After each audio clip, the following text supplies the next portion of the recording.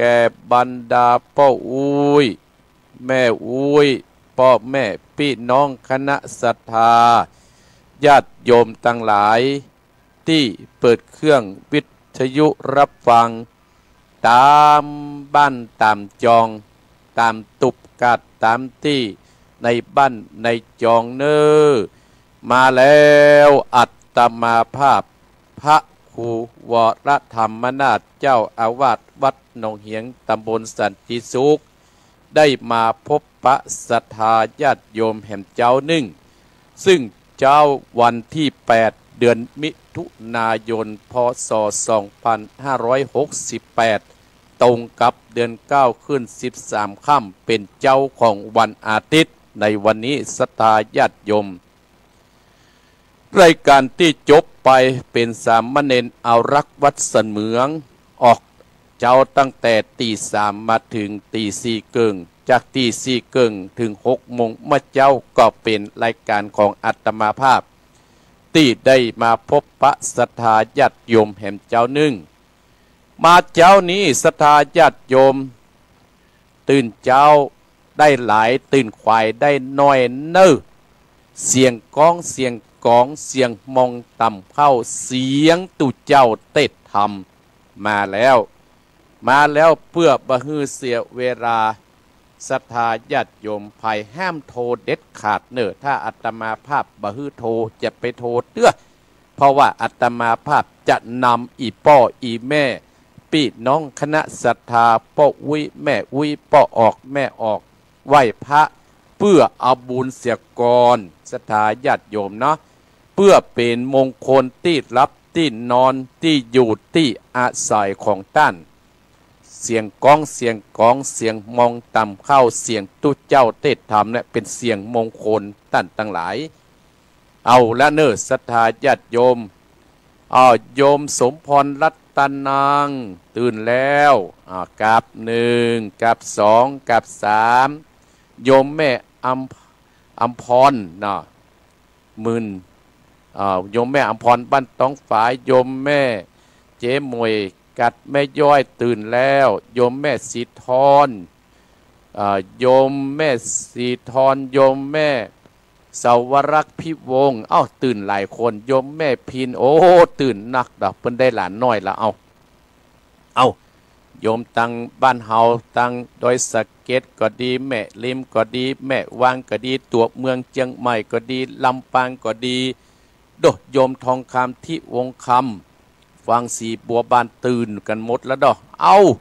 แสดงว่าเสียงอัตมาภาพดังก้องบ้านก้องเมืองเนาะสตาญาติโยมแม่พิษสมัยสีเทพทำโรงเนี่ยลำปางก็มาแล้วเพื่อมือเสียเวลาแล้วเขาก้อยมาเข้าสาระเนาะต่อไปนี้เป็นการไปไหว้พระพุทธเจ้าไหว้พระธรรมเจ้าไหว้พระสังฆเจ้าเพื่อเอาบุญกุศลอานิสงส์แห่งการสวดมนต์ในครั้งนี้มาปกห่มรักษายังบรรดาศรัทธาญาติโยมคือเป็นเกาะแก้วไข่คำมาปกอำสัมภวิสายังตนตัวของคณะศรัทธาตั้นผู้ฟังลูกเจ้ากันกูคนโยมท่านนครพรอัมพุนโยมคนุภาพรอัมพุนจังหวัดนั่นตื่นแล้วเนาะกับพระเนอโยมสุกัญญากันมาแล้วเอาไหว้พระเนาะต่อไปอาตมาภาพจะเอาโยงสุมา5 กฎหักซะก่อนแล้วเราจะไหว้พระต่อไปตั้งอกตั้งใจเนอตั้งอกตั้งใจณบัดนี้สาธุปันเตกะเดปะปัญจนะแก้วอาปาการอันตะรงนันตาติบุญญาณอันพิเศษอันนาเป็นที่เพิ่งแก่เทเวศและสัพพะหมู่สัตตาบัดนี้ก็ไม่มีบุญละสัตตาท่านผู้ฟังรายการของอาตมาพระครูว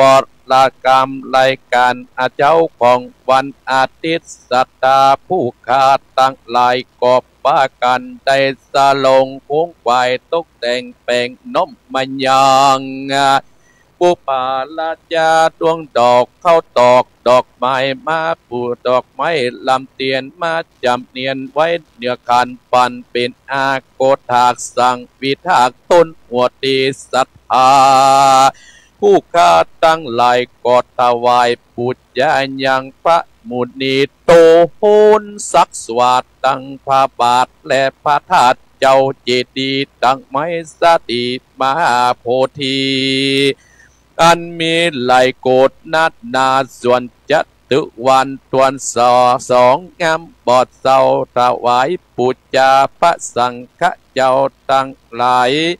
อันไม่มีพระอัญญาโกฏัญญาเทินเจ้าเป็นเก้าเป็นปะตานส่วนจัตุรันตวนสี่ปัจจกันตวนอาผู้ขาจังถวายปูจาและขอกะมาไม้สติมาอาโพธิลุกขาตนอันประเสริฐเป็นที่บังเกิดตัสสนาสัพปัญญูเจ้าอันมีสาขาบทเศร้าทวนตีใบบ้านกี่ดกนามีสายารุ่งเรืองเป็นที่อยู่พระพุทธเจ้ามุ่งตะรงยานผู้กาตั้งหลายก็จักถวายสุมายังกรรมฐานวิปัสสนาอันวิเศษอันเป็นเก้าเหตุหือศรัทธาตั้นต่างหลายจุ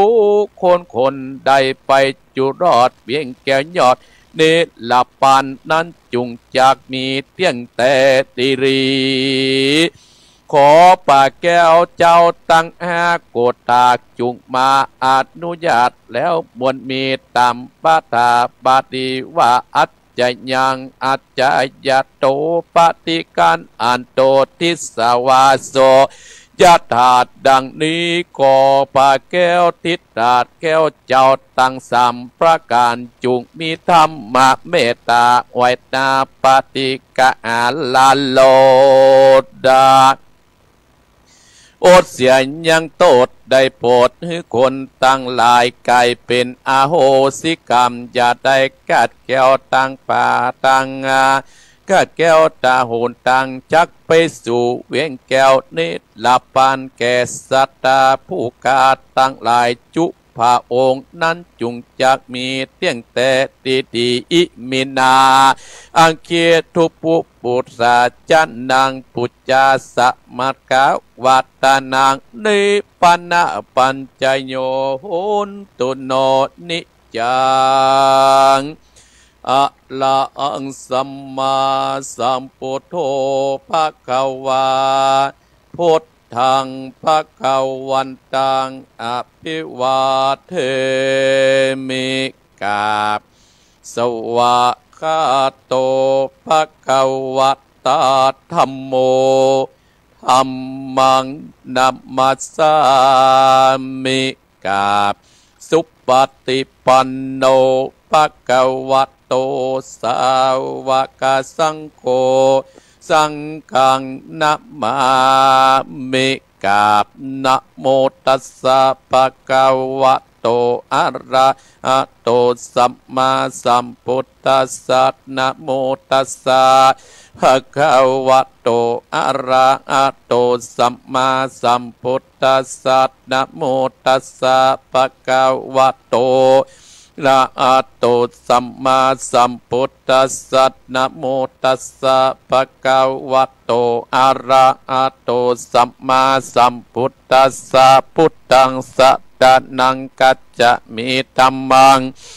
ละนังกัจจะมีสังฆังสัตตะนังกัจจะมีตุติยัมปีพุทธังสัตตะนังกัจจะมีตุติยัมปีธัมมังสัตตะนังกัจจะมีตุติยัมปีสังฆังสัตตะนังกัจจะมีตติยัมปีพุทธังสัตตะนังกัจจะมีตติยัมปีธัมมังสัตตะนังกัจจะมีตติยัมปีสังฆังระนังกัจจามิอิติปิโสภะคะวะอะระหังสัมมาสัมพุทโธวิจจาจัตตานะสัมปันโนสุขโตโลกาวิทู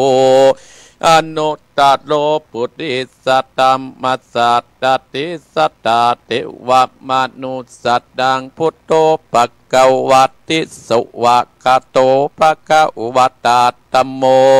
สันติติโกอากาติโกเอปัจจิโกโอปนายิโกปัจจัตตังเวทิตาโปวินโยเอติสุปฏิปันโนปะกวะโตสังวะกะสังโฆอุนจุมปฏิปันโนภะคะวะโตสังวะกะสังโฆยายะปฏิปันโนภะคะวะโตสังวะกะสังโฆสามิจิติปันโนภะคะวะโตสังวะกะสังโฆยะติตังจัตตะเตปุตติสะยุกะนิอัตตาปุตติสะปุกกะราเอสะภะคะวะโตสังวะกะสังโฆอาอุดไดโยปะอุดไดโยทักขิไดโยอัญจะเดกะระนิโยอนุตตรังบุญญาเกตังโลกัสสาติสา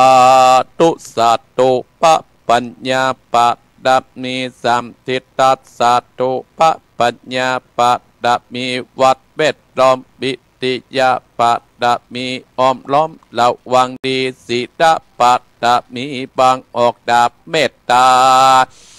ปาละมีผับเปตังปืนตานะปัดดะมี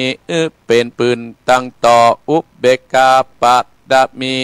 ก่อเป็นเบียงสัจจะปัดดะมีแวดระวังดีเป็นไม่เต้าคันติปัดดะมีกายเป็นออกดาบบังนามายและปืนไฟอาทิตย์านาปัดดะมีปับไปจุแองแกงแรงปับหมู่บ้านปีสังไปเปตตุกตะเวเตนางตอดานีอัศจรรย์เสือเหมือนพันอยู่กวางน้ำนาตีกวางต่อกวางแตกตีฟอง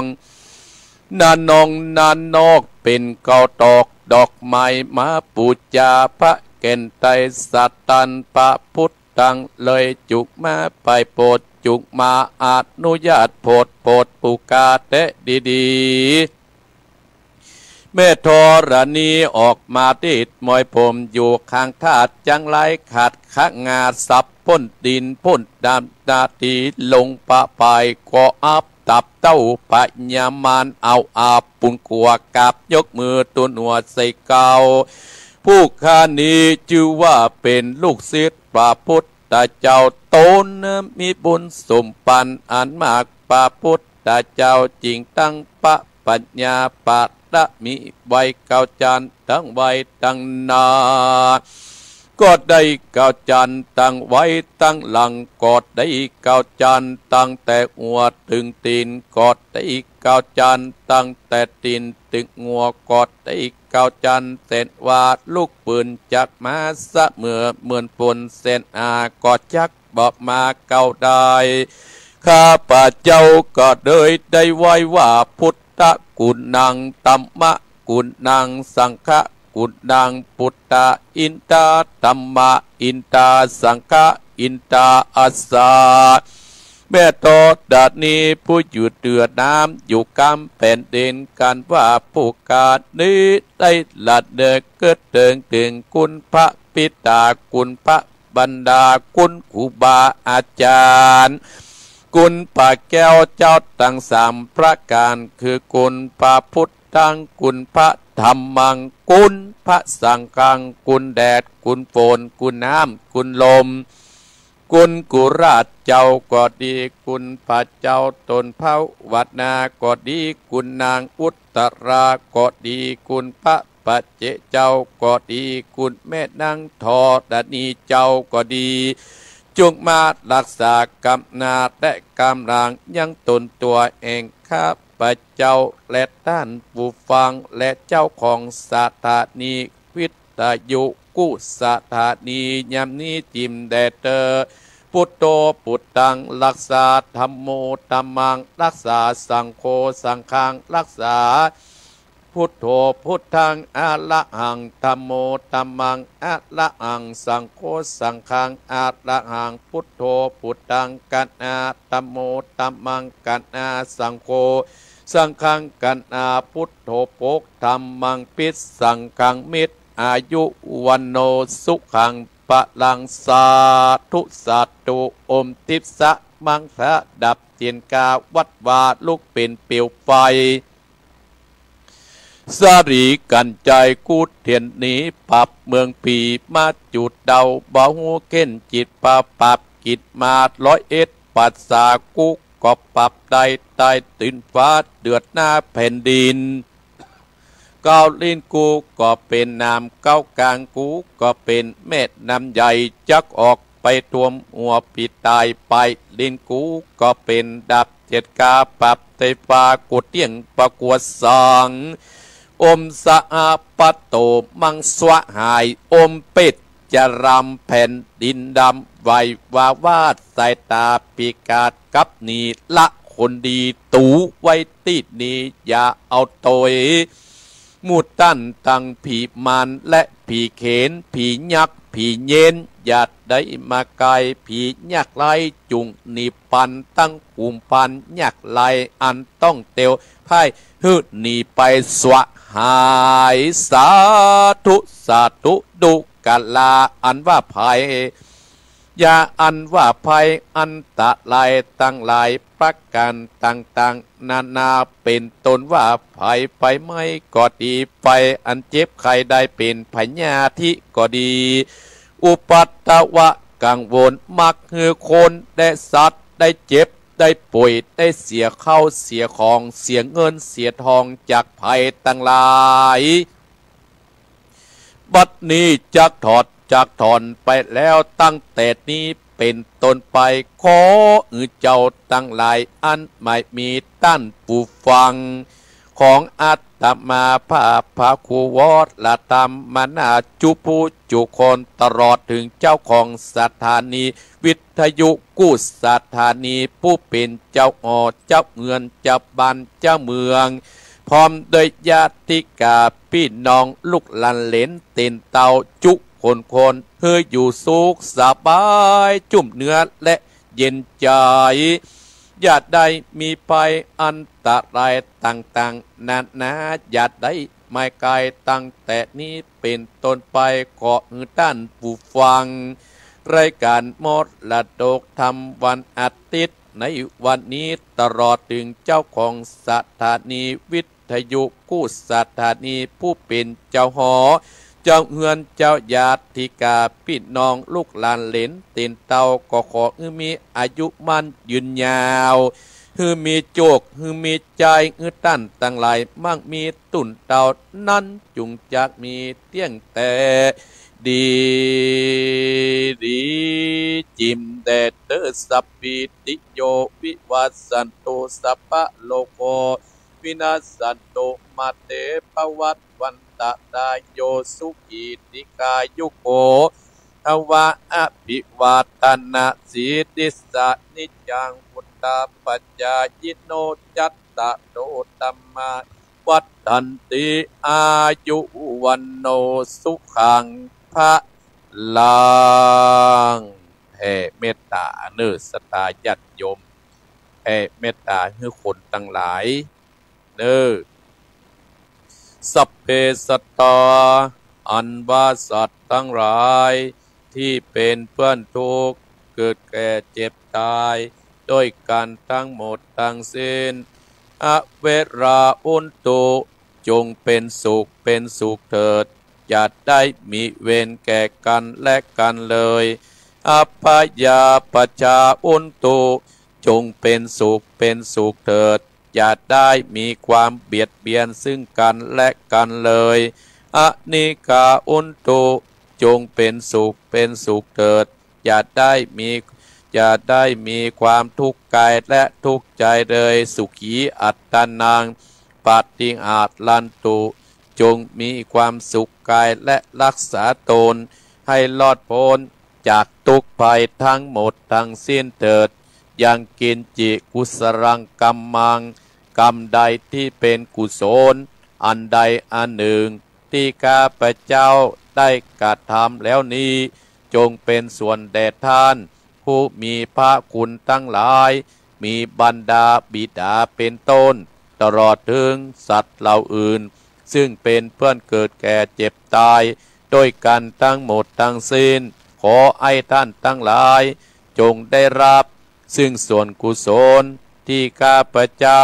ได้อุทิศให้นี้เถิดข้าพเจ้าขอตั้งสัจจะอธิษฐานขออานุภาพแห่งบุญและกุศลที่ข้าพเจ้า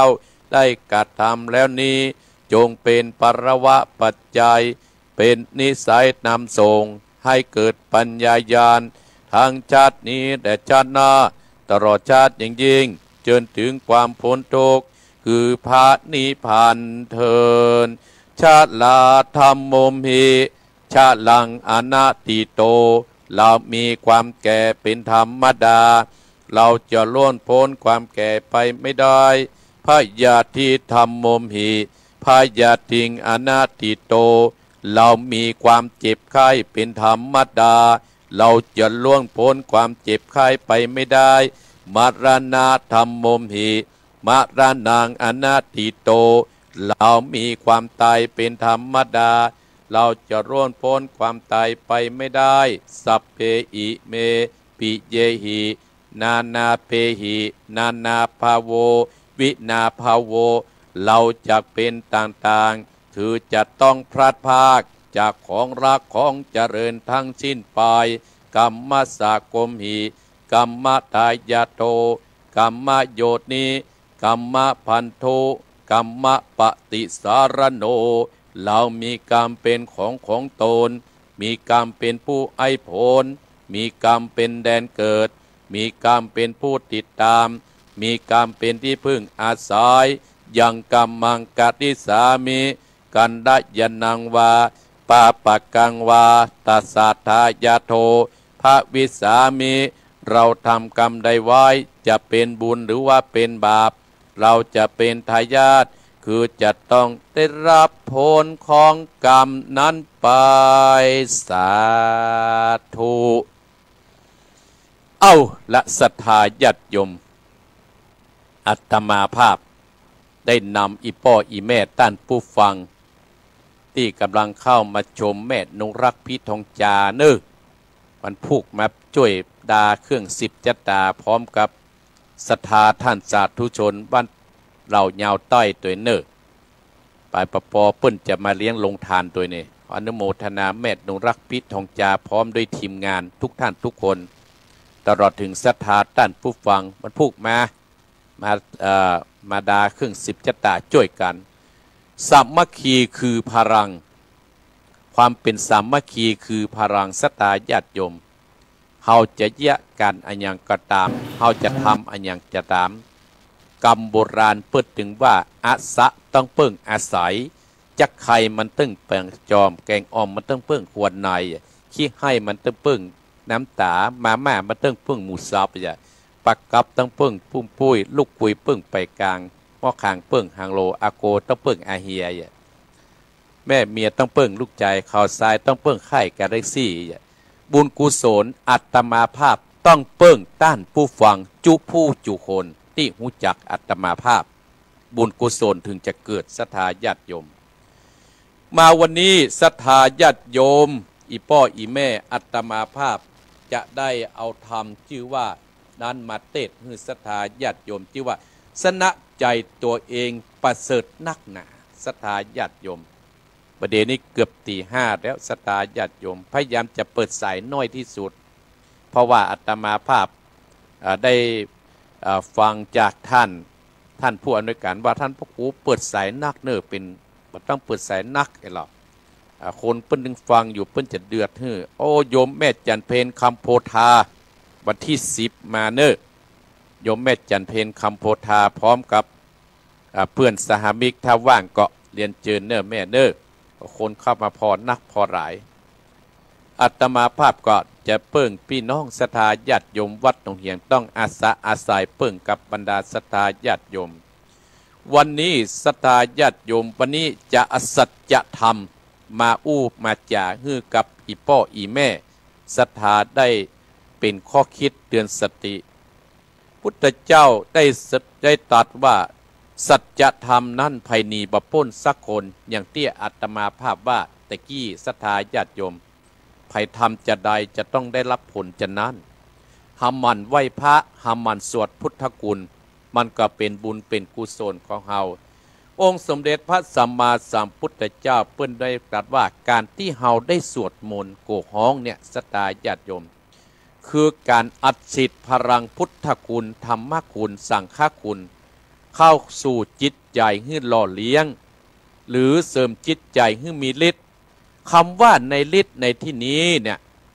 เปิ้นแปลว่าความสำเร็จใจมีฤทธิ์ย่อมมีพลังและเป็นเครื่องมือวิเศษในอันที่จะช่วยให้คนเฮานั้นประสบความสำเร็จในกิจการน้อยใหญ่ดังนั้นคนที่สามารถเสกใจให้มีฤทธิ์ได้ย่อมมีอำนาจวาสนาคิดอันยังก็พบแต่ความสำเร็จอยู่เสมอศรัทธาญาติโยมอีป้ออีแม่ศรัทธาต้านผู้ฟังเฮาต้านทั้งหลายเฮาเนี่ยศรัทธาญาติโยมที่เฮาหูที่เฮาหันที่เฮาได้ยินที่เฮาได้พบปะบัดเนี่ยเพราะตัวบุญเนี่ยศรัทธาญาติโยมตัวบุญเนี่ยมันจักเฮาได้หูได้หันอีป้ออีแม่ได้ฟังเนี่ยก็คือตัวบุญเนี่ยศรัทธาญาติโยมถ้าเฮามีบุญเฮาก็ดื่มได้ฟังการสวดมนต์ไหว้พระเป็นวิธีที่ปฏิบัติเบื้องต้นอย่างใดอย่างหนึ่งทำให้ใจเฮามีฤทธิ์ถ้าตั้งใจทำอย่างสม่ำเสมอและทำถูกวิธีก็จะประจักษ์เห็นผลกับตัวท่านเองนอกจากจะเสกด้วยพลังพุทธมนต์แล้วคนที่จะเจริญก้าวหน้านั้นจะต้องเสกตัวเก่าเพื่อตั้งอยู่ในคุณธรรมเช่นอันยังศรัทธาญาติโยมรักษาศีลคนนั้นต้องมีเมตตาคนนั้นต้องมีกรุณาต่อสรรพสัตว์ทั้งหลายไปคิดเบียดเบียนทำร้ายซึ่งกันและกันให้มันไหว้พระเจ้าสวดมนต์ภาวนาย่อมทำให้เป็นผู้องอาจกล้าหาญสง่าผ่าเผยคนที่คิดอาฆาตมัดร้ายกับไก่เป็นมิตรปัสจากอันตรายทั้งปวงเนี่ยองค์สมเด็จพระสัมมาสัมพุทธเจ้าพุทธตรัสไว้ศรัทธาญาติโยมแล้วเราได้มาถึงว่าสัจธรรมนะจะต้องเกิดขึ้นกับทุกคนแม้แต่อัตมาภาพมีเป็นต้นศรัทธาญาติโยมหนึ่งเพราะว่าไม่มีมิตรสหายใดจะยิ่งใหญ่กว่าความรู้สองไม่มีศัตรูใดจะยิ่งไกลกว่าความเจ็บปวดสามไม่มีความลับใดจะยิ่งกว่าความรักของพ่อของแม่สี่มามีอำนาจใดจะยิ่งใหญ่กว่ากฎแห่งกรรมห้ามามีความดีใดจะยิ่งใหญ่กว่าความกตัญญูกตเวทีศรัทธาญาติโยมครูบาอาจารย์เปิ้นได้สั่งได้สอนได้บอกได้กล่าวที่อาตมาภาพได้จำได้เรียนหูมาศรัทธาญาติโยมสัจธรรมเนี่ยจะเกิดขึ้นกับตัวกันทุกท่านทุกคนอย่างว่าไม่มีมิตรสหายใดจะยิ่งกว่าความหูเนี่ยศรัทธาญาติโยมถ้าเฮาบัดตั้งใจห้ามเฮียนเฮาบัดตั้งใจปฏิบัติเฮาบัดตั้งใจห้ามเฮียนจากครูบาอาจารย์ความหูนั้นก็บังเกิดขึ้นกับตัวเฮามามีภัยที่เกิดมาแล้วมีความหูติดจากต้องพ่อต้องแม่มาศรัทธาญาติโยมเฮาก็ต้องเฮียนหูกันมาเรื่อยๆทุกคนนั้นจะต้องเฮียนหูบางคนก็มาบ่นกับอาตมาว่าโอ้ท่านพระครูก็ไปทำบุญสูนตานมานักขนาดไปทำนี่มานักขนาดนี่อย่างผมยังมาเหมือนเปิ้นศรัทธาญาติโยมมันอยู่กับที่ตัวเฮาอีพ่ออีแม่อาตมาภาพอยู่ที่หั่นอยู่ที่ในตัวเฮานี่แหละเพราะฉะนั้นหามันแสวงหาความรู้อย่างบรรดาศรัทธาพ่ออุ้ยแม่อุ้ยพ่อออกแม่ออกไปวัดหันหน่อยไปวัดนี้หน่อยไปหันหน่อยไปเหนือไปใต้อันนี้เพื่อว่าไปแสวงหาความรู้และเพิ่มบุญด้วยไปการทำบุญสูนตานอย่างศรัทธาญาติโยมสมพรรัตนางแม่อัมพรใครบุญมื่นเนี่ยศรัทธาบ้านต้องไปเจียงบ้านต้องฝ่ายที่กำลังฟังอยู่ฮะเนี่ยที่บ้านหัวฝ่ายสันทรายศรัทธาญาติโยม แม่อัมพรโอ้สามีเปิ้นบ่ค่อยสบายรอดศรัทธาญาติโยมเปิ้นบ่เคยท้อบ่เคยถอยศรัทธาญาติโยมแม่สีพานเขาที่ดอยสะเก็ดเปิ้นแสวงบุญไปเลยศรัทธาญาติโยมอีพ่อแม่ป้าตีเซนเป้งเขาน่ะได้ยินข่าวว่าเปิ้นจะมางานอาตมาภาพเมื่อได้ยินศรัทธาญาติโยมอู้จ่ายโอ้อันนี้เป็นพลังนะศรัทธาญาติโยมแม่ว่าเป็นพลังนะคนเฮาอยู่ด้วยกำลังใจศรัทธาญาติโยมกำลังใจเกิดขึ้นกับคนผู้ใดเนี่ยความเจริญก็จะเกิดขึ้นกับผู้นั้นอายุเฮาก็จะยืนยาวต่อไปเนี่ยเป็นว่าไม่มีมิตรสหายใดจะยิ่งกว่าความรู้ยิ่งใหญ่กว่าความรู้ความรู้นั้นมันบ่ได้เตียวมาหาเฮาเนี่ยศรัทธาญาติโยมเฮานอนอยู่ในห้องเนี่ยมันจะเตียวมาบ่ใช่นะมันตึงหมีมันตึงมาบ่ได้เขาต้องเดินไปหาความรู้เนี่ยศรัทธาหมู่เฮาตั้งทั้งหลายไม่มีศัตรูใดยิ่งใหญ่กว่าความเจ็บปวดความเจ็บปวดเนี่ยเกิดขึ้นได้ทุกท่านทุกคนศรัทธาญาติโยมทั้งหลายแม้แต่อาตมาภาพ2 วัน 3 วันก่อนวันตอนนั้นโยมสมพรรัตนังมาน่ะได้มาแวะหาอาตมาภาพเพิ่นไปวัดปัตตังเจริญไปหลายที่มาหาอาตมาภาพโอ้ท่านพระครูเป็นอย่างฮักว่าเนี้ยไม่มีศัตรูใดยิ่งใหญ่กว่าความเจ็บปวดอาตมาภาพเนี่ยตื้ออื่นบ่เป็นศรัทธาญาติโยมเป็นที่เท้าขอสุมานะโอ้เตียวเดินเนี่ยศรัทธาญาติโยมเจ็บขนาดเดินบ่ได้สุดท้ายก็ต้องเปิ้งไผ่ศรัทธาญาติต้องเปิ้งหมอไปหมอโอภาสมาเตียวได้ทันทีศรัทธาญาติโยมย่านก็จะนั่งโลกเห็นในงานนี่นะศรัทธาญาติโยมไปไข้หัวซะกะอายุยังหนุ่มยังน้อย63 ปีอยู่นั่งรถเข็นไปไข้หัวเขาใส่ก็โดยศรัทธาผู้ใจบุญศรัทธาญาติโยมศรัทธาผู้ใจบุญศรัทธาผู้ใจบุญใจกุศลว่าโอ้หันว่าอาตมาภาพยังมีคุณประโยชน์กับเขาอยู่เขาก็เลยเอาไปหาหมอศรัทธาญาติโยมก็เลยเดินได้ทำงานได้อย่างตะวันนี่ก็โอ้จัดสถานที่ก็ได้รับความเมตตาจากด้านผู้ฟังอยู่สั่นบัดตองศรัทธาญาติโยมมาถึงลูกมาถึงเต้ามาจัดดอกจัดดวงเนี่ยเปิ้นก็มาช่วยศรัทธาวัดหนองเฮียงก็มาช่วยมัดฝ้ายโอ้อนุโมทนาศรัทธาญาติโยมมันเป็นบุญเป็นกุศลเนอะศรัทธาญาติโยมเนี่ยไม่มีศัตรูใดจะยิ่งใหญ่กว่าความเจ็บปวดมามีภัยผู้ใดที่จะหลุดพ้นเรื่องความเจ็บปวดไปได้ศรัทธาญาติโยมมามีภัยเนี่ยหลุดพ้นไปได้แม้แต่องค์พระสัมมาสัมพุทธเจ้าเฮาก็ยังหลุดพ้นไปบ่ได้สุดท้ายก็ต้องมีความเจ็บปวดไปพุทธเจ้าตรัสว่าสลาธรรมมหิสรังอานะติโตเรามีความแก่เป็นธรรมดาเราจะล่นพ้นความแก่ไปได้เปิ้นว่าไม่มีภัยที่สักคนที่ล่นพ้นความแก่ไปได้พยาธิธรรมมหิพยาธิงอนะติโตเรามีความเจ็บไข้เป็นธรรมดาเราจะล่นพ้นความเจ็บไข้ไปได้เนี่ยศรัทธาเป็นของที่ยิ่งใหญ่ที่สุดคือความเจ็บไข้มันมีภัยที่ไม่มีความเจ็บไข้ท้ายมันก็ต้องมรณะธรรมมหิมรณังอานะติโตเรามีความตายเป็นธรรมดาเราจะล่นพ้นความตายไปได้ที่เราจะตายไปนั่นเราก็ต้องสร้างบุญสร้างกุศลอย่างศรัทธาท่านผู้ฟังที่จะมาเนี่ยศรัทธาญาติโยมโอ้ความจริงเดือน9 เพ็งเนี่ยศรัทธาญาติโยมงานมีหลายที่หลายตังโดยเฉพาะคณะศรัทธาวัดหนองเหียงปึ๊ดไปหาหมอกับศรัทธาญาติโยมอาตมาจะมีไผ่มาสืบจัดแต่ตัวโอ้ก็ได้ยินต้านผู้ฟังตั้งหลายว่าโอ้ข้าเจ้าก็จะไปแม่บุญปันเมืองฟังก็จะมาแม่พินก็จะไปจะมาโยมสมพรก็จะมาแม่อัมพรมื่นบุญมื่นก็จะมาโอ้มันมีความสุขเหรอโอ้เฮาจะไปใช้อยู่เปล่าเดียวดายหรอกโอ้คนนั้นก็จะมาคนนี้ก็จะมาหมู่ตั้งพี่น้องตั้งห้วยน้ำเก่าศรัทธาเก่าก็จะมาอันนี้คือกำลังใจจากด้านผู้ฟังโยมธนกรพรอัมพูนเนี่ยโยมคณุภาพรอัมพูนจากวัดนั่นก็จะมามันมีความสุขศรัทธาญาติโยมแม่ก็มีความสุขไปก่อนอันนี้ใจมาก่อนศรัทธาญาติโยมไม่มีความรักใดจะยิ่งใจกว่าความฮักของพ่อของแม่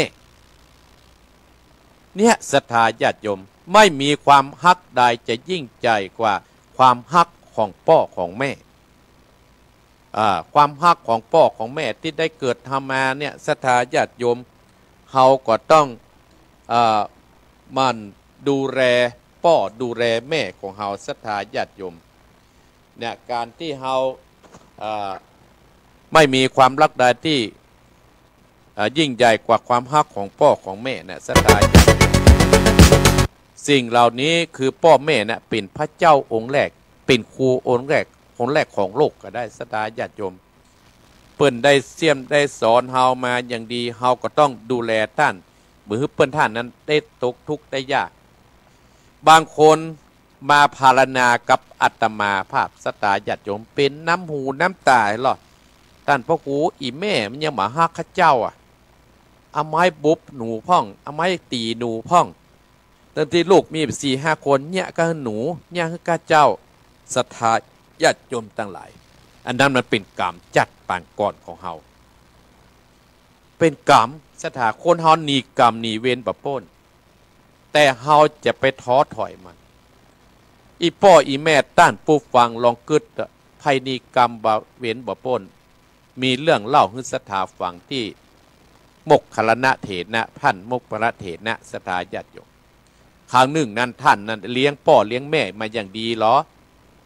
ต่อมาก็ไปเอาภรรยามาหรอเอาเมียมาหรอศรัทธาญาติโยมมาอยู่ด้วยกันจนสุดท้ายแม่ของเปิ้นก็มีกรรมพ่อของเปิ้นก็มีกรรมที่อาตมาภาพเปิ้นแก่เท่าเป็นเรื่องธรรมดาสุดท้ายคนเท่ากับตาบอดถึง2 คนเนี่ยพ่อแม่กับตาบอด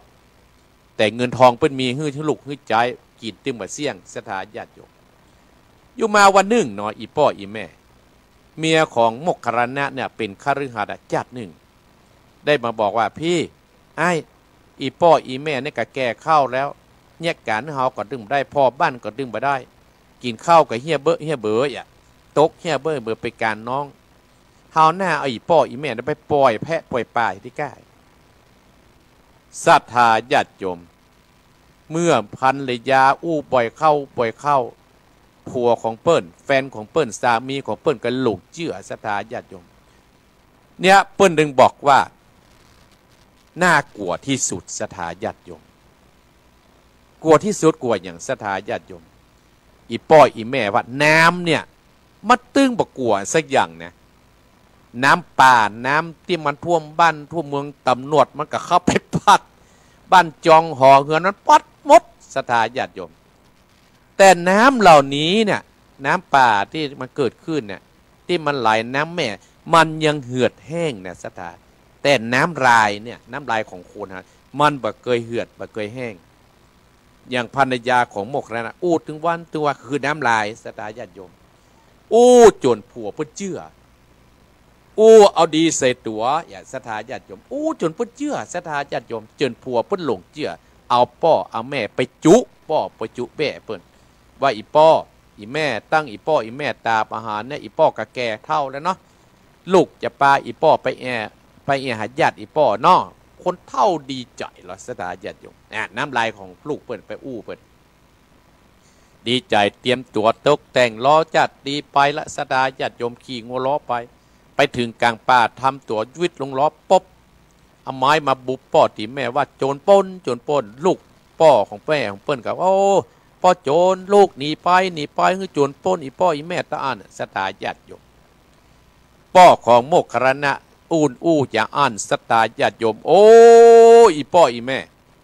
โมกขลนะได้สติขึ้นมาทันทีเลย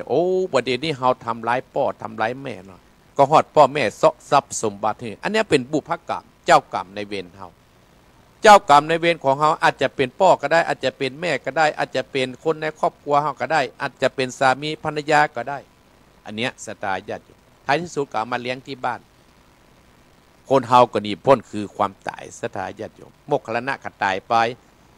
พ่อแม่ก็ตายไปมาแห่มจันโมกขลนะได้เข้าไปบวชในพระพุทธศาสนาเป็นศิษย์เอกของ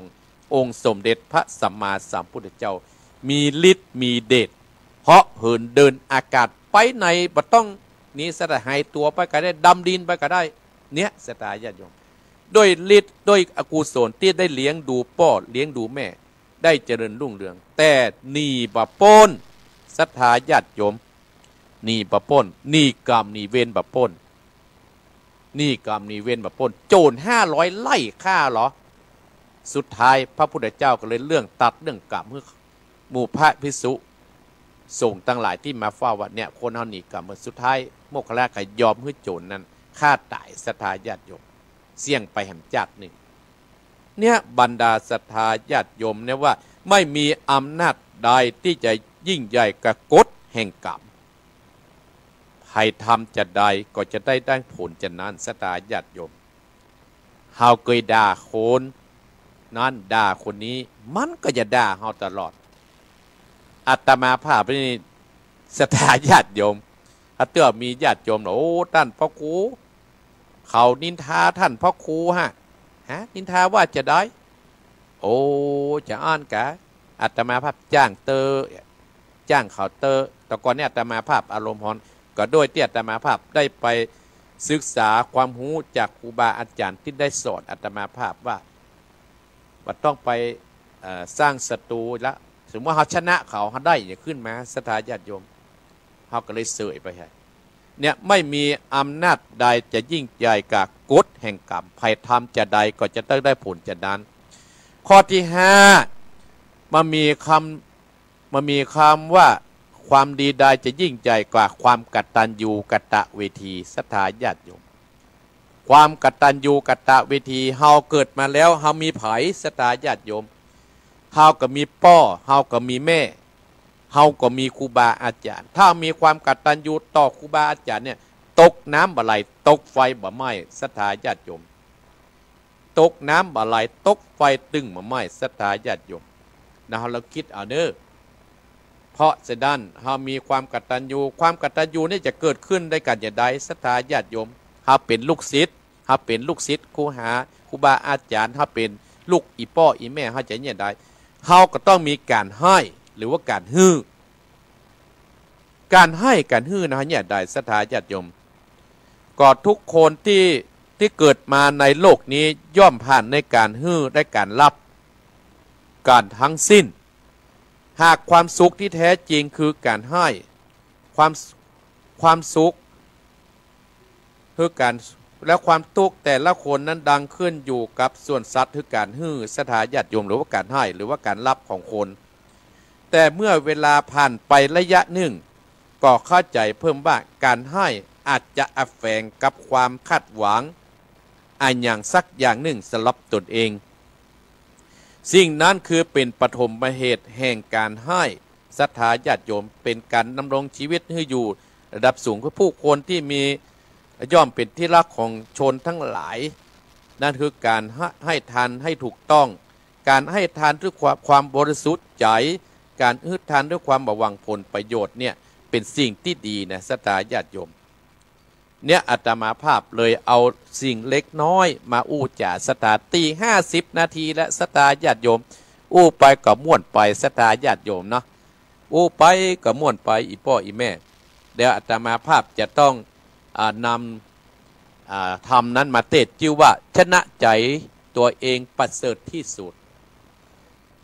ก็เลยเอาวันนี้อาตมาภาพจะแถมท้ายนิทานชาดกสักเรื่องหนึ่งเนาะศรัทธาญาติโยมเป็นประจำของอาตมาภาพวันนี้จะเรื่องเจ้าประมงนิทานสั้นเป็นแฝงไปด้วยคติศรัทธาญาติโยมโอ้คนตื่นมาเรือแม่เรือนแก้วก็มาแล้วเด้อในไพวันกันทัตตาก็มาแล้วเจ้าประมงเรื่องนิทานเจ้าประมงบนเรือหาปลาลำหนึ่งมีเจ้าประมงร่วมกันออกเดินทางไปหาป่ากันอยู่ในเรือเต็มลำศรัทธาญาติโยมหมู่เจ้าประมงทั้งหลายก็นับ1 2 3เอาอวนเนี่ยโยนลงไปเพราะอวนขนาดใหญ่ลงไปกลางทะเลทันทีเร็วๆเข้าจ้อยกันดึงขึ้นมาดูซิว่ามันนักขนาดมันไอหยังล่ำเรือให้ปลาตัวใหญ่ก้าไอ้เนาะเจ้าประมงกับปลากันพูดทุกคนที่โยนเอือไปจัก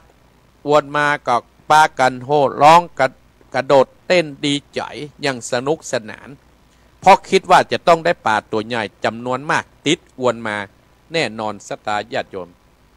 แต่แล้วทันใดนั้นก็อวนกันลากขึ้นมาอยู่บนเหือก็มีเพียงแต่ป่าตัวน้อย2-3 ตัวตะอันนอกจากนั้นก็เป็นแต่ทรายและก้อนหินก้อนดินก้อนไม้เต็มไปหมด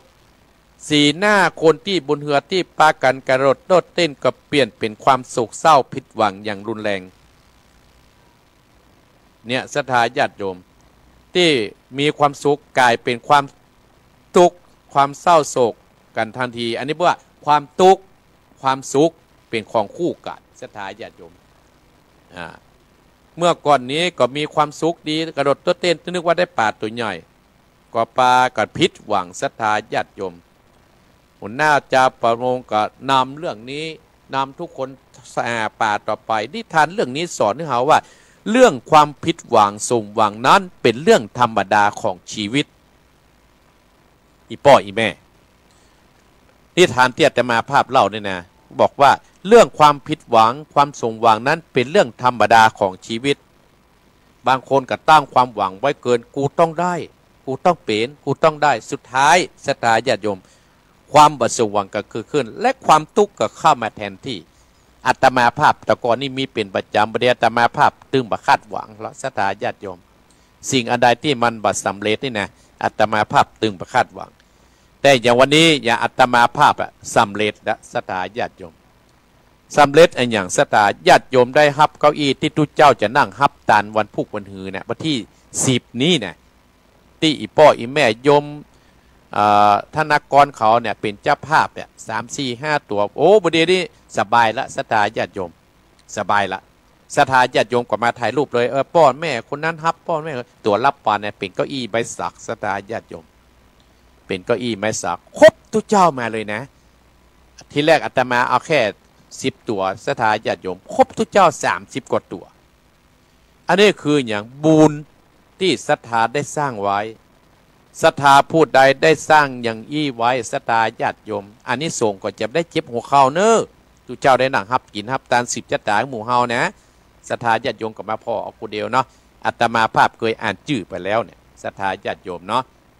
อันนี้อาตมาภาพขออนุโมทนากับศรัทธาญาติโยมทุกท่านทุกคนที่จะมาร่วมกันร่วมงานในวันที่10วันอังคารเนาะศรัทธาญาติโยมเนาะขอบคุณโยมแม่อัมพรบุญมืนที่ร่วมทำบุญฝากโยมสมพรรัตดังขอบคุณโยมแม่เจ๊มวยเขาทุกท่านทุกคนตลอดถึงโยมแม่พีนตลอดถึงโยมแม่สาวรักษ์โยมแม่สาวรักษ์โยมแม่สีทรตลอดหลายผู้หลายคนที่อาตมาภาพประสานน่านำมาอู้มาจ่าได้ศรัทธาญาติโยมเนาะขอบพระคุณอนุโมทนาแต่อาตมาภาพก็จัดการกฐินปุ้นออกภาษาบุญก็มีคนที่อาตมาภาพว่าเขาได้เก้าอี้หลุยก็เปิ้นฮับและศรัทธาญาติโยมโยมฮับและอาตมาภาพยังอู้ปุ้นเขาก้อยๆพอก้อยอู้เพราะว่ามีพระผู้ใหญ่มาเฮาอันเก้าอี้ไม้นะเฮาไปปั้นศพปั้นซากแต่งงานมีการงานวัดส่วนเก้าอี้หลุยนี่มีการที่เปิ้นครูอาจารย์เจ้าคณะอำเภอก็ดีรองอำเภอก็ดีช่างวัดก็ดีเฮาก็มีเก้าอี้เปิ้นนั่งผู้หลักผู้ใหญ่ไว้ใจกับวัดกับวัดหนองเหียงมีแค่5 ตัวศรัทธาญาติโยมได้สัก9 ตัวเนี่ยเฮาก็ป้อใจละศรัทธาญาติโยมเนาะเอาละศรัทธาญาติโยมเพื่อบ่ให้เสียเวลาอาตมาภาพจะเทศธรรมเลยเนอะบ่โฆษณาและศรัทธาญาติโยมบ่โฆษณาและเปิดเพลงและประขายยา จะเทศธรรมแล้วนะศรัทธาญาติโยมแหมก้ามก็เตรียมโทรเนอะการโทรเนี่ยศรัทธาญาติโยมเพราะเวลามันน้อยเนาะเฮาก็ว่าโอ้มาเจ้านี่ก็อีแม่บ่ได้ปล่อยเนอะท่านพระครูอีแม่ฝากหอมไปแล้วเนอะนี่มันอีปละอีแม่ฟังอยู่ลำปางเนอะอีแม่ฟังอยู่เมืองฝางเนอะอีแม่ฟังอยู่ในตัวเมืองเนอะเฮาบ่ตั้งเอาอย่างมาอู้จากันยาวนะศรัทธาญาติโยม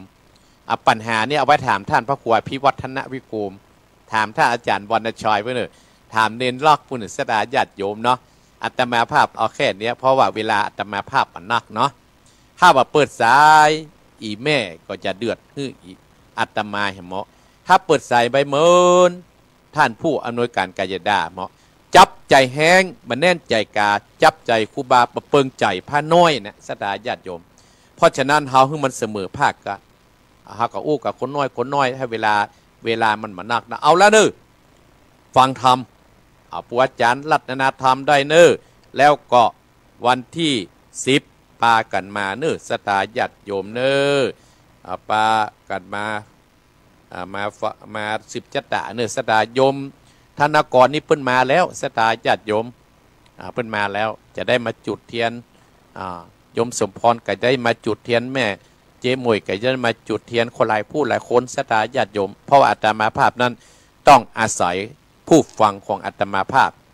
คนที่ปฟังอาตมาพตึ้มแม้สตาญาติโยมอาตมาว่าคนที่มาหาอาตมาคือผู้ฟังของอาตมาภาพเป็นบุญเป็นกุศลกำจุอุนหนุนเนอสตาญาติโยมตั้งอกตั้งใจเนอโยมแจ่มจันมาแล้วเนี่ยเปิ้นจะเอาลงทานมาจากบ้านส้มปล่อยสตาญาติโยม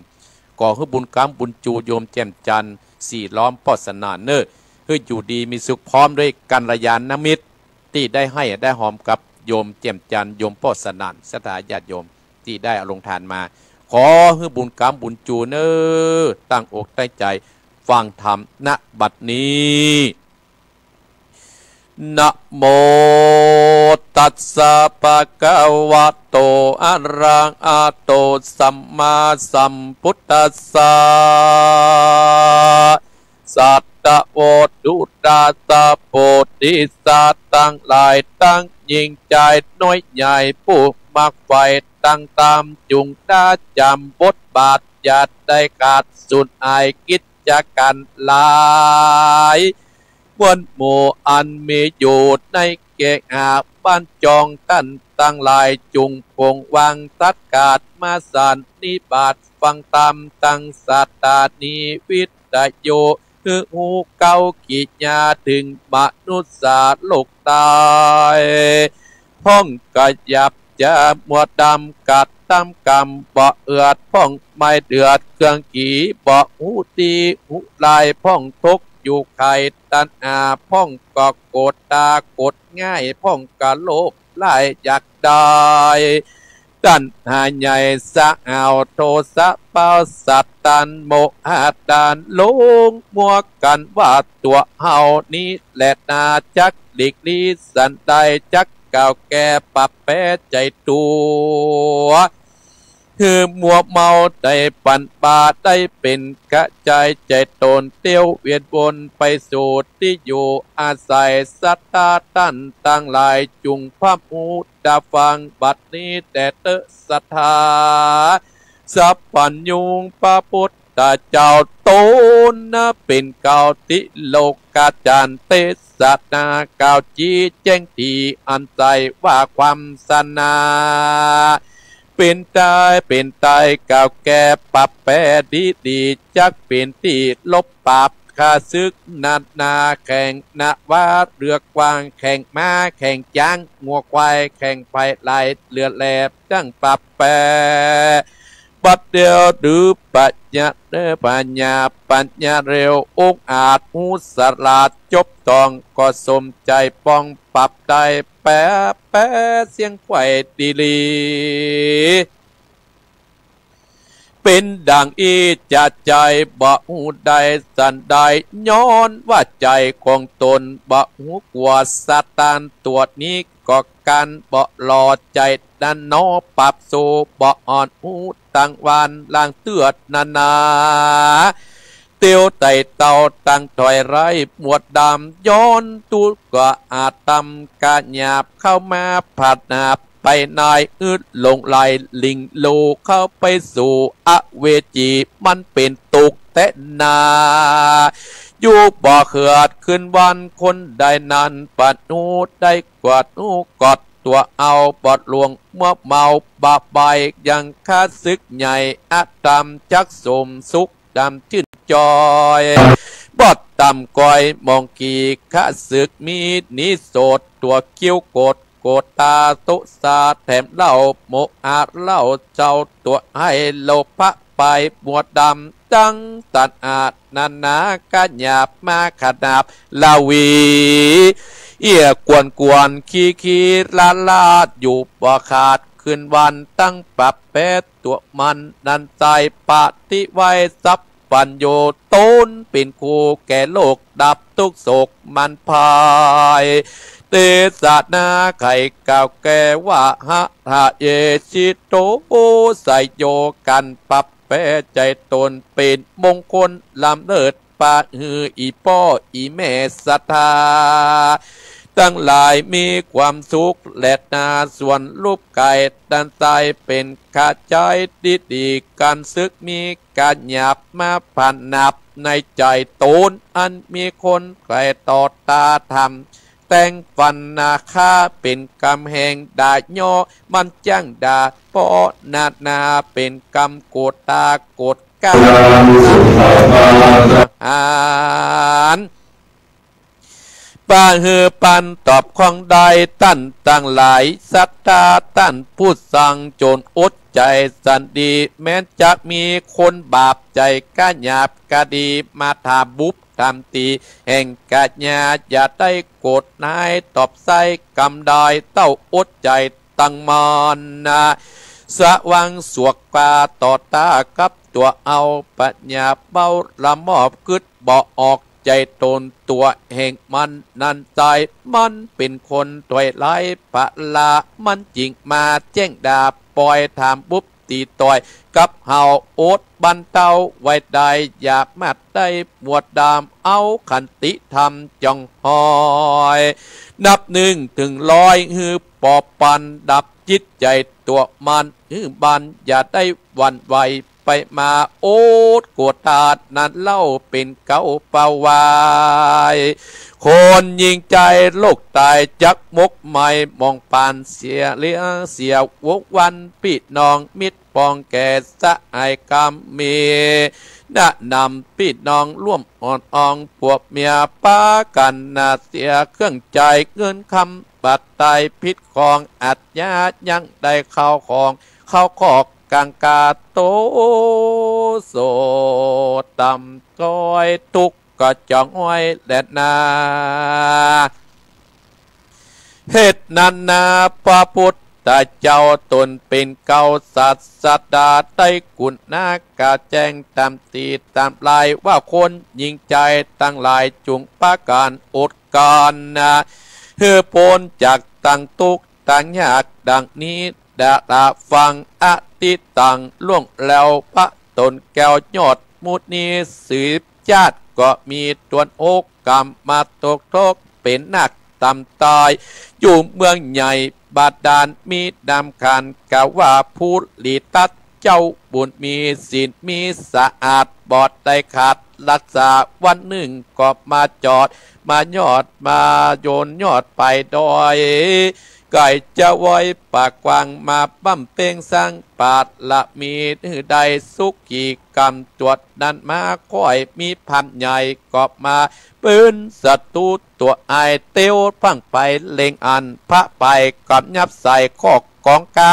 นำไปบอดจาเข้าสู่ป่าเรียงนาครชื่อว่าเมืองปาลาณสีก็แค่ตัวมันได้ปลายปันเปิดทอดก่อนรอดคืนวันโลภะทวนตีมาทุ่มใจนี่ใจเหนียวใจกดเกี้ยวอยากได้ของน้อยใหญ่เกอาจง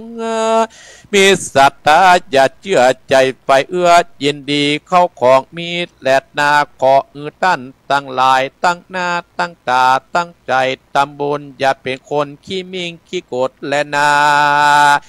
แม้นมีคนมาด่าว่าหายหยัดตอบใส่แต่นกรรมมวดดำกดไม้อดใจไว้สันดีหืดต้านผู้ฟังจงมีสติดำนาปัญญากวาดตามหลังละมัดระวังจุดาวเกิดพันไปงอนกรรมบาปนัดนานักปัดเจ้าว่าเป็นแกนว่าอันนี้แม่นกองตามแปะ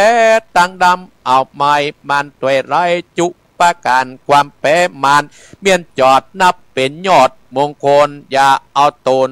ฮือพ้นจากต่างตัวฮือเอาตนพ้นจากต่างทุกข์ต่างยากสงสารได้เจยบันบอกขาดตั้งแต่วันนี้และวันหน้า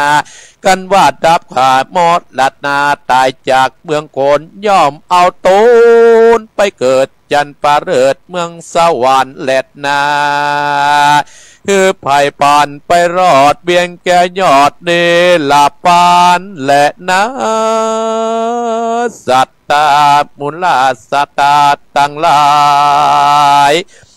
อันพร้อมอยู่ฟังตามรายการมดละดกธรรมวันอาทิตย์ได้ตาจำแต่เก้าตราบต่อเตาตึงไปจุงจำไม่จื้อไว้เอาเป็นไม่ไต้สอนตนเอาเป็นขัวไก่ลอดฮื้อปนจากขอดไผ่มันได้สำราญจิ้นจอยดังไฟอ้อยผาตะนาขอสัทธา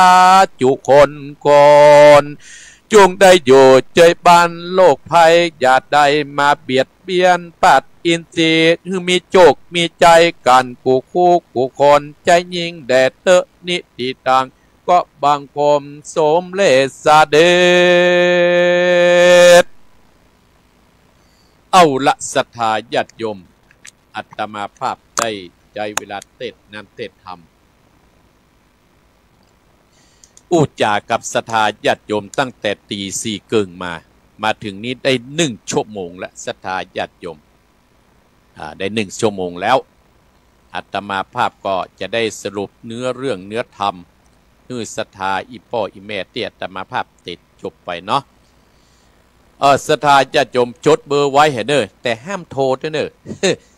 เราจะมาฟังโทรจ้ะถ้ามันว่าโทรได้จดเบอร์ละไว้หาบางคนกับมือหั่นน่ะจะแน่เต็กเลยเนี่ยจะแน่เต็กแล้วห้ามกดเตื้อนะครับกดเตื้อนั่งฟังข้างก่อนน้ำธรรมคำสอนที่ชื่อมีว่า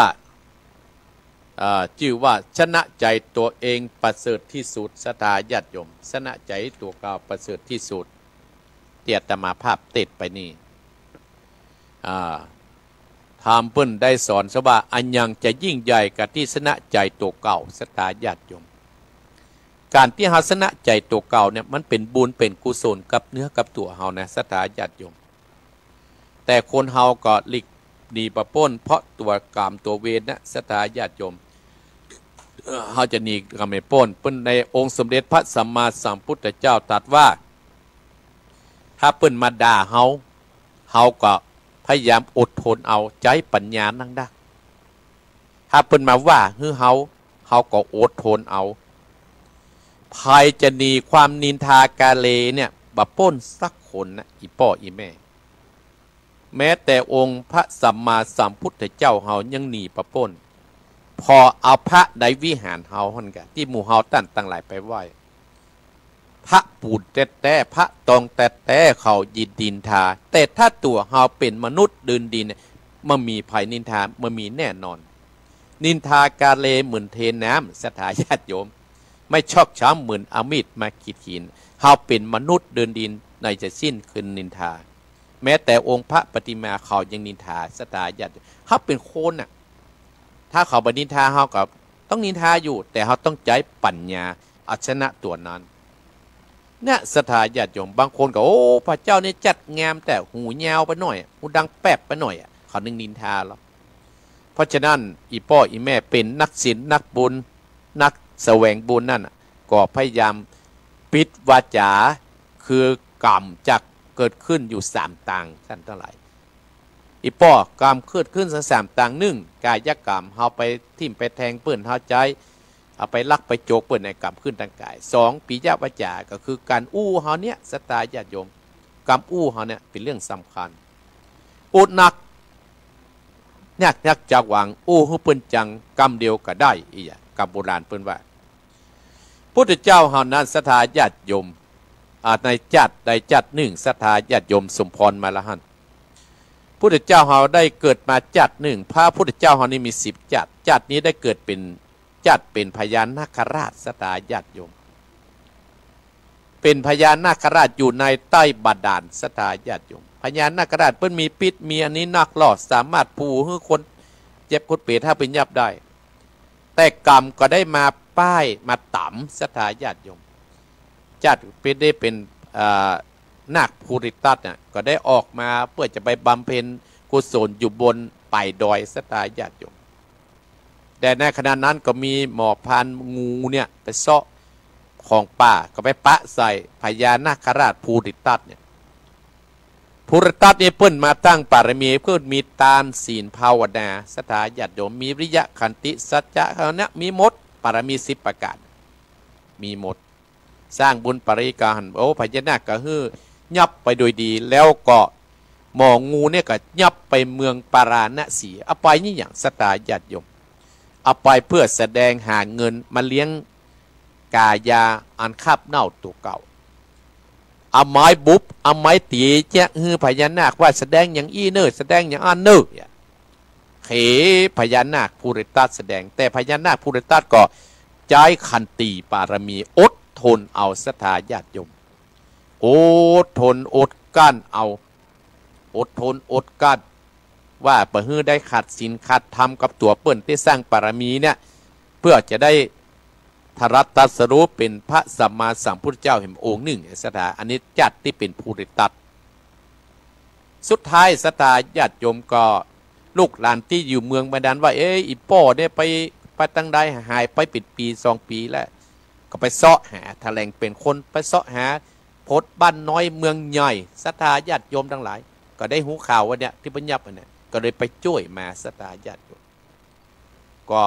ลูกหลานก็บ่ได้เอากำลังประสาทแต่ใจปัญญาปราบศัตรูปราบผู้คนใจปัญญาบ่ได้ใจกำลังศรัทธาญาติโยมก็เลยไปช่วยป้อเปิ้นภูริตัสแต่ปีกมาสุดท้ายเปิ้นก็ได้ตัดรู้ที่บุญกุศลที่ไปทำไว้เนี่ยศรัทธาญาติโยมการสร้างชนงามความดีเนี่ยมันลำบากศรัทธาญาติโยมมันลำบากแต่ถ้าเฮาบ่ตั้งใจแต่เนี่ยสิ่งเหล่านี้ก็จะมาถึงตัวเฮาสร้างเฮาความเดือดร้อนอาตมาภาพถึงว่าความสุขความทุกข์มันตัวกันศรัทธาญาติโยมความทุกข์ความสุขนั้นมันตัวกันศรัทธาญาติโยมที่อาตมาภาพโอ้คนเฮาจะต้องประจบกันทุกวันและแต่เฮาใจปัญญา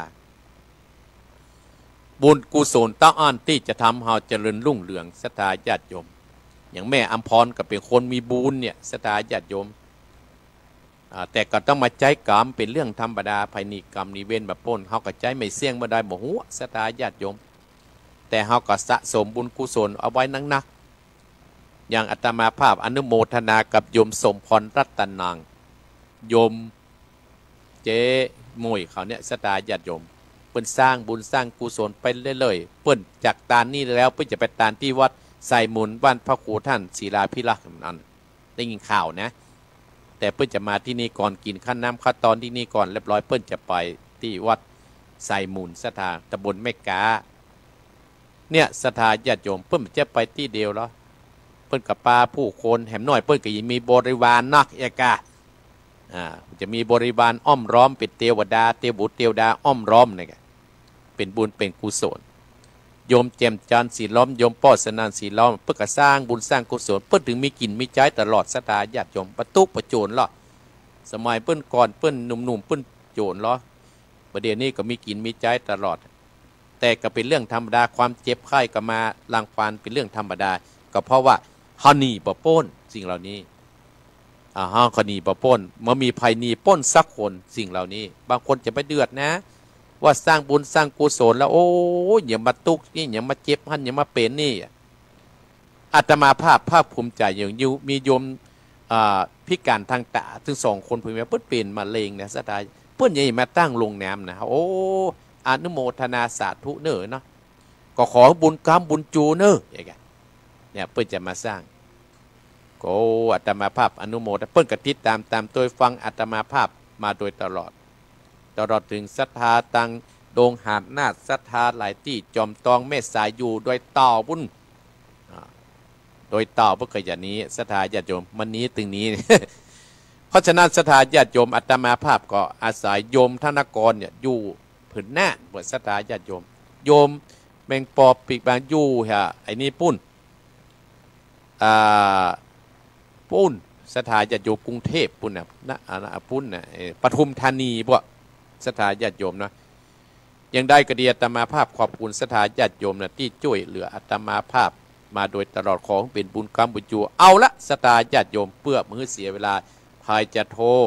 ก็โทรเนอโทรมาที่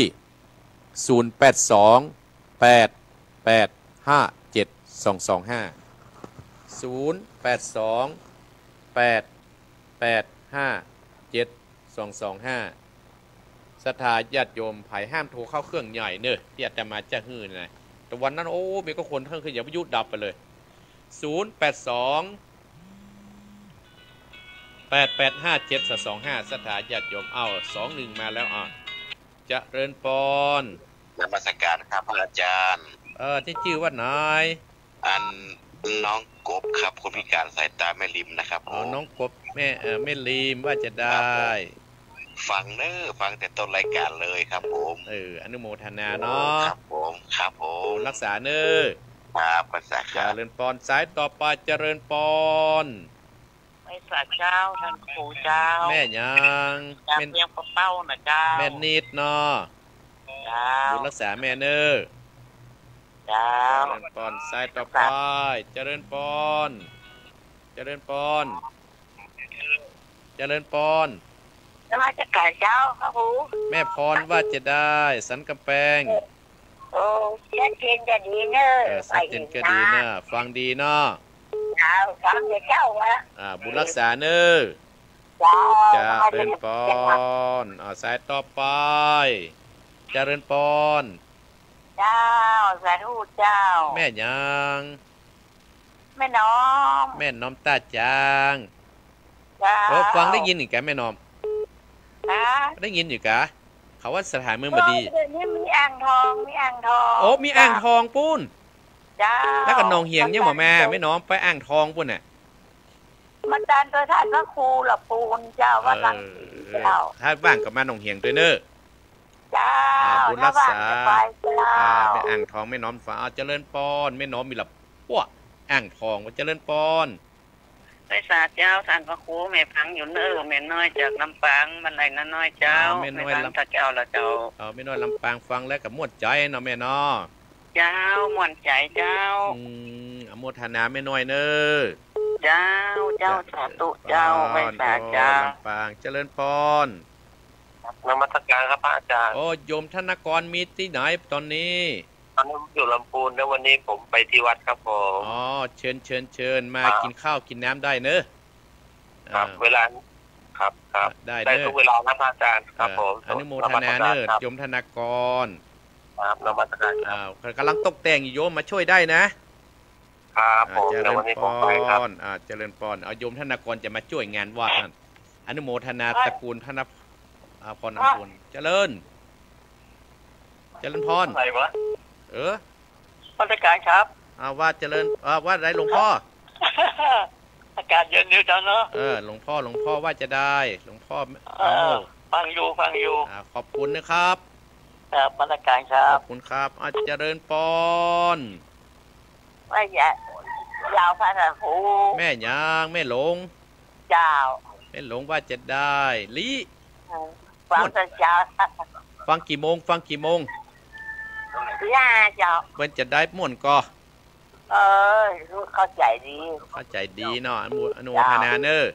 เจ้าสาธุเจริญปอนสายต่อไปเอาคนน้อยเจริญปอนครับไว้สาครับท่านพ่อบุญธรรมครับผมวันนี้มีไหนเนี่ยพ่อบุญธรรมมีไหนเนี่ยปุ่งน้องครับวันนี้บ้านว่ามีไหนบ้านเนี่ยก็นึกว่าไปเอี่ยวที่อื่นเนี่ยผมไปอนุโมทนาเนอครับผมไว้สาครับจะเริญปอนขอบคุณพ่อบุญธรรมเนออันที่ฮับเก้าอี้เนอมาได้ถ่ายให้ปีฟอร์หอวะ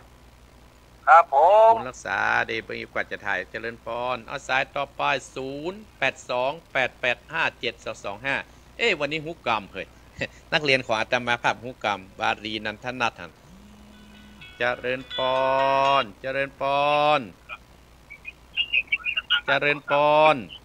แม่ฟังแม่ยังแม่ศรีวิไล เจ้าแม่ศรีไลฟังปิดจะได้พ่องพี่น้องโดยสเก็ตปลาล้านโอ้วันนี้ได้บุญละเจ้าเจ้าละโอ้กำลังใจแต่เนี่ยนี่นะเจ้าบุญละใส่แม่เนอแม่ได้ใส่เนอเป็นหยังโอ้อีดีละอีแม่โทรมากันดีละกันเนอเจ้าปีแล้วได้ไปเจ้าอนุโมทนาเนอถ้ามาก็แม่จะมีทำอะไรก็12อันนี้พูดเขาว่ามีอย่างเจ้าปุ้นตุลาปุ้นเทศทรงเครื่องแม่เทศทรงเครื่องอนุโมทนาเนอเจริญพรเจริญพรไปสายเข้าแม่ยัง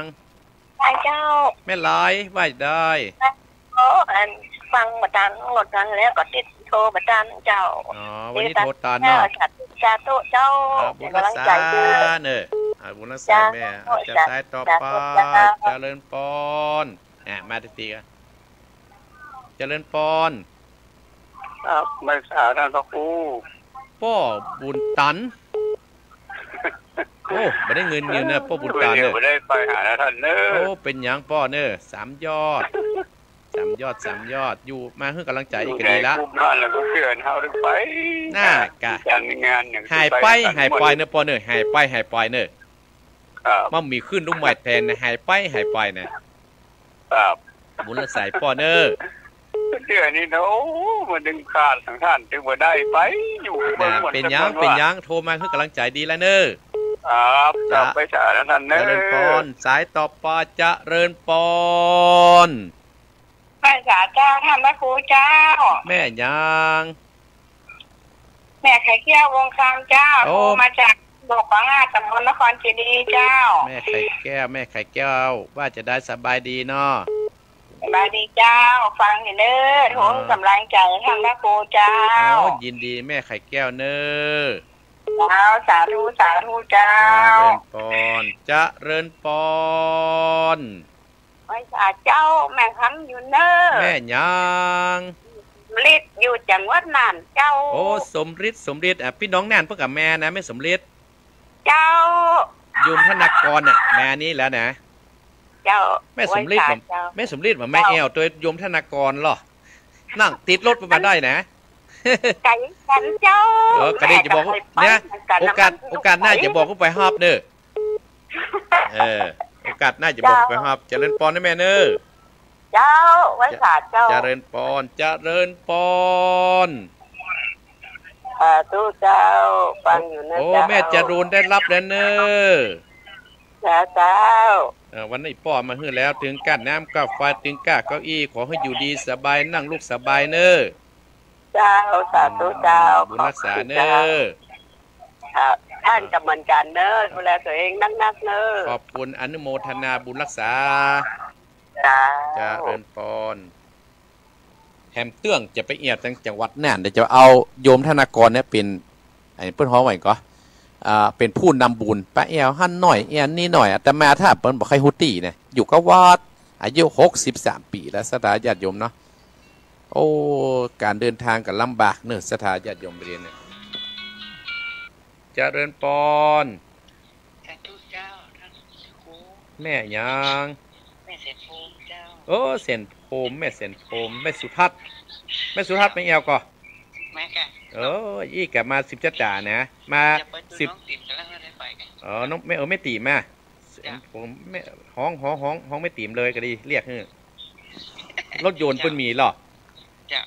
รถยนต์เพิ่นมีอนุโมทนาแม่สุทัศน์เนอจะเริญพรโอ้แม่สุทัศน์แม่ตีมถึงมาแม่ตีมผู้ใจบุญจะตายกับแม่อุ้ยไปเหตุที่กุฏิกุฏางสถาญาติโยมแม่เดินเทียมพิมพ์บางกันมาแล้วแม่โยมน้ำเพชรเจริญพรเอาเนาะสถาญาติโยมมีไฟทวัดธรรมาพระจะปิดสายนะยังมีเจริญพรไรจ้าพระพุทธเจ้าพระพันยันเนอแม่เรือนว่าจะได้ชัดเจนดีเนอชัดเจนนี่น่ะลำปังเจ้าฝนตกก็ฝนตกเจ้า2 วันนี่แหละอนุโมทนาสาธุเนอเจ้าขึ้นมาได้นะเจ้าเจริญพรโอ้สตาญาติโยมบวนนำอัปปะมาเหล่ายาวมาแล้วสตาญาติโยมอนุโมทนาสาธุเนาะ เอ้าถ้าจะมามีภัยอาตมาภาพก็จะได้ล่ำลาได้อาจารย์วรรณชัยนั่งรอแล้วเจริญปอนเจ้าเป็นเจ้าธรรมโคแม่ยังแม่สายฝนเจ้าโอ้แม่หลวงสายฝนสบายดีกะสบายดีเจ้าบุญรักษาแม่เนอะเจ้าให้21ใส่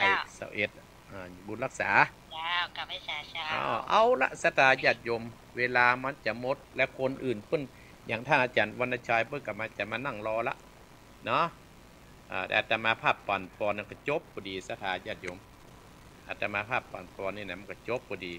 เพราะฉะนั้นก็กล้วยปะกันวันที่10ในสถาญาติโยมคนใดมาวันที่10นะจะมีของที่ระลึกคือเนอเป็นกำไรคือชีวิตสถาญาติโยมกำไรคือชีวิตสถาญาติโยมเนี่ยมีเป็นกำไรนะอีพ่ออีแม่มาเนอมันมาเจริญปอนเจ้าข้าพเจ้าแม่ยังแม่ขมูลเจ้าขมูลทั้งต่ำเนาะปั้นปัจจันเจ้าปัจจันบุญรักษาแม่เนอเจ้ายังหายอนุโมทนาทันลำเฮินนะเจ้าเป็นยังถ้าโทรมาอีกก็ดีแล้วแม่เนาะเอาไปยากบุญรักษาศรัทธาญาติโยมเนาะอาตมาภาพขอนำรายการมรดกธรรมการเมืองนี่มรดกทางการเมืองนี่จบก่อนเนื้อศรัทธาญาติโยมเนาะเพราะว่าเวลามันหมดพอดีศรัทธาญาติโยมความจริงขยักอยู่กับอีพ่ออีแม่ศรัทธาญาติโยมจนถึง7 โมง 8 โมงวะศรัทธาญาติโยมแต่เปิ้นฮื้อเวลาตะอี้เนาะอนุโมทนาไอ้กบแม่ดีแม่นิดเวียงปะเป้าแม่พรสันกำแพงแม่น้อมตาจางอยู่ปุ้นอ่างทองแม่น้อยลำปังธนกรน่านอันนี้เปิ้นจะมาช่วยงานวัดวันนี้เพราะหลวงพ่อปังโมดเจียงดาวแม่อุ้ยหลงลีพ่อบุญธรรมปุ่งหนองแม่ศรีไรปะดันโดยสเก็ตแม่ลายเวียงปะเป้าพ่อบุญธรรม3ยอดแม่ไข่แก้วปงบ้านปงตันปุ้นสัมปูนแม่สำริดจังหวัดน่านแม่จรูนเชียงใหม่แม่สุทัศน์แสงโพมแม่ขมูลปาดจันแม่เรือนลำปางแม่หลวงใส่ฝนอนุโมทนาสาธุเนอวันนี้สาวป่ายลายแต่วันที่10คนใดมาอาตมาภาพจะต้องเข้าไปหาอาตมาเนออาตมาภาพจะเอาของหื้อเนาะกำไรมาแล้วได้กำไรชีวิตเนี่ยเอาไว้นั่งสมาธิโคตรขึ้นไปกันนับเนี่ยกำนับหันอาศัยแขนหันเป็นอันนี้เนาะศรัทธาญาติโยมเนาะมากินข้าวกินน้ำด้วยกันมีอย่างก็ว่ากันไปเป็นกำลังอกกำลังใจไปกันมาเนาะขอบคุณศรัทธาญาติโยมที่จะมาโยมสมพรโยมข่าวหลายผู้หลายคนเนโยมแจ่มจันเขาโดยโยมหั่นโยมนี่โยมธนากรโดยวันนี้เพิ่งจะมาช่วยมาดาขัวเนโยมพนึกพาค่ะมากี่ข้อตอนนี่โยมเนาะต้องซื้ออย่ามาละวันนี้วันติดหรอกแล้ววันการก็แม่มกรรมมาช่วยอาตมาตั้งเก้าอี้มามาจะกันเนาะก็คือโอกาสหน้าอาตมาภาพจะไปเยี่ยมโยมที่สวนกล้วยเนาะ ตั้งอกตั้งใจฮับปอนอีพ่ออีแม่รายการต่อไปเป็นรายการของท่านอาจารย์วรรณชัยที่จะได้ได้จากกับศรัทธาญาติโยม3 รส 3 ชาติศรัทธาญาติโยมเจ้าของวันติดเนาะบุญรักษาศรัทธาญาติโยมทุกท่านทุกคนด้วยขอให้บุญกรรมบุญจูศรัทธาญาติโยมตั้งอกตั้งใจฮับปอนณบัดนี้จยสิทธิทนังราพังสุธิพระขยังสุขังปนโนจะโพคังอุติจยสวาสตะวันเจจะยุจะชีวสิทธิภวันโตเตสัพพิติโยวิวัสสันตุสัพพะโรโกอินัสสันตุมาเตมตรายโยสุขีติกายุโกภวะอภิวาทนาสีติสะนิจังอุตตาปจายโนจัตตะโรตัมมาวัฏทันติอายุวันโนสุขังปะลา